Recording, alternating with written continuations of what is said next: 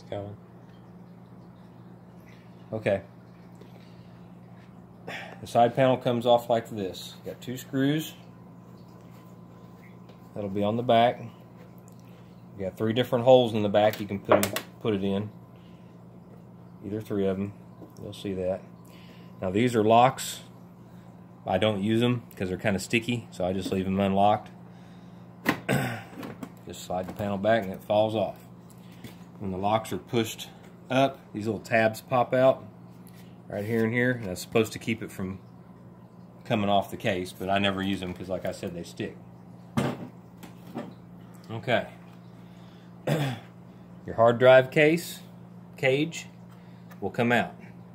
Got a screw here and then a tab here, and that whole cage will slide out. It's in there pretty tight, but it'll come out.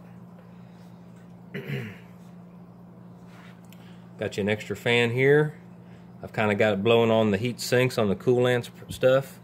They get a little warm, but it also kind of blows on the memory too a little bit, and over on the motherboard some. This bar right here comes out. It's got 2 screws here and 1 in the back. It comes out. That way you can get to things easier if you need to. Kind of holds up the power supply just a little bit too.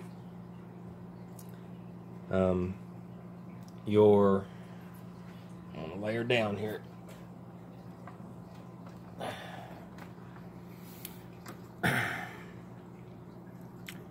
The motherboard has a power and a reset button on it, right down in here.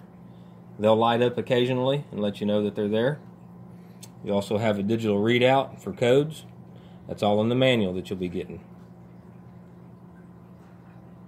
Also on the back is a clear CMOS button, so you don't have to use the jumper on the motherboard itself. You can just push this button and it clears the CMOS. That's in the manual. Tell you how to do it. Your jumper in here is right next to your cables that come from the front panel, which is what these are right here. You've got some USB cables going to the front of the panel. The coolant stuff is mounted in here and down in here, and they're wired into the power switch down here.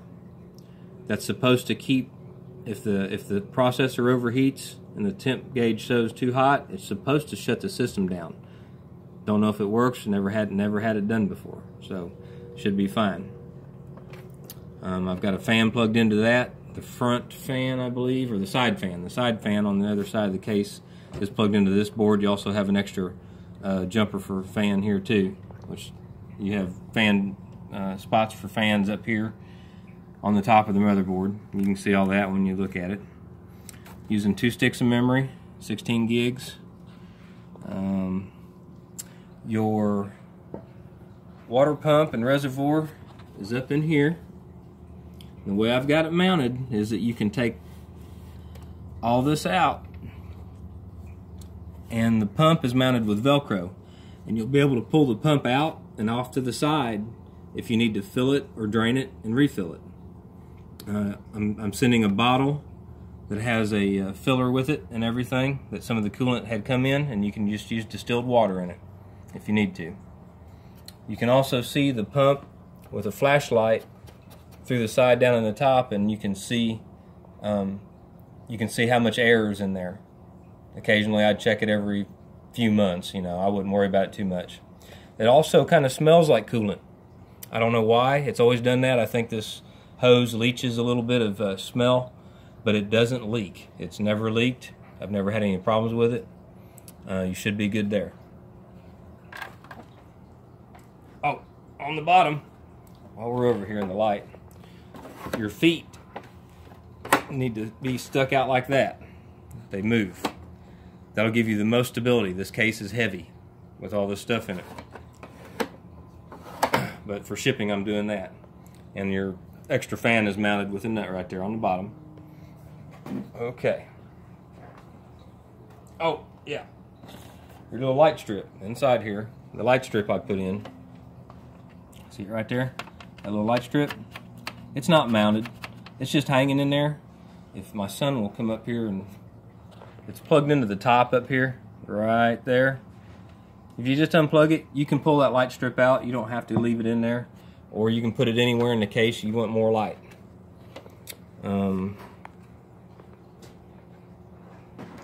Okay, let's turn this over.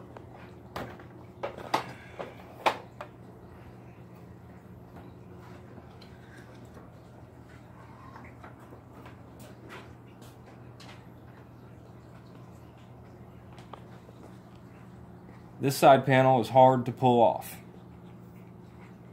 Easiest way I've found is just kind of hold it and pull like that. It'll have 2 screws in it, so you'll have to take them out to remove it.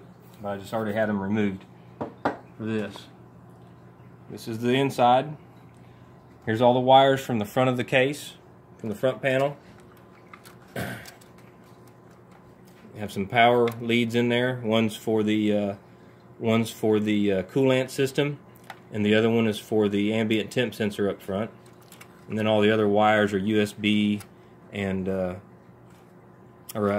switches, the on-off, the reset, and the lights, and I think that's about it up there. But it's a little, it's an easy access hole, that's for sure.